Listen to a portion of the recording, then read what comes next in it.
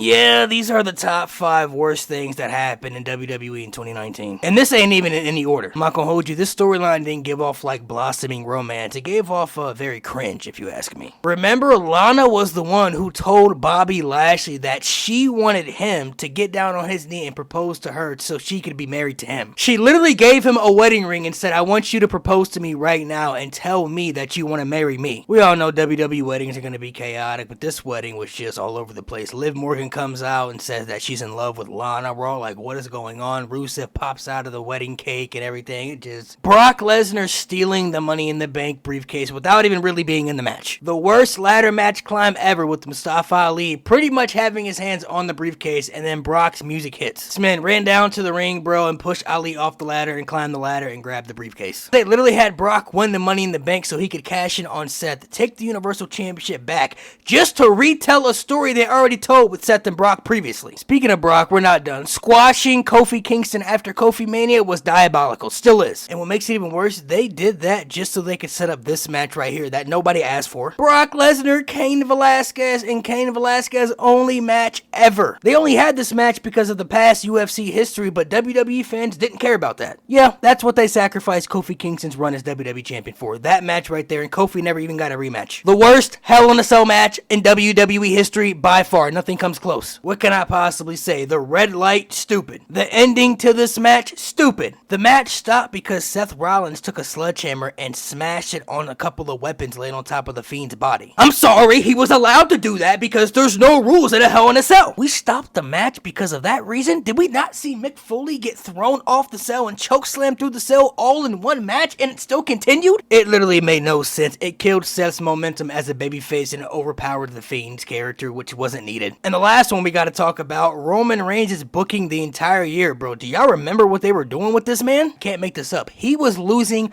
pay-per-view matches to Shane McMahon, to Eric Rowan, to King Corbin. They were putting him in matches like this, Team Hogan versus Team Flair. Look at Roman Reigns' team, bro. My gosh, they were putting him in storylines revolving around dog food, where he was getting dog food literally dumped on him because his nickname was the Big Dog. Mind you, this is the guy WWE had been telling us for years. He is our face of the company, and he's the guy you have to accept in that spot. And that's the way they were booking him in 2019?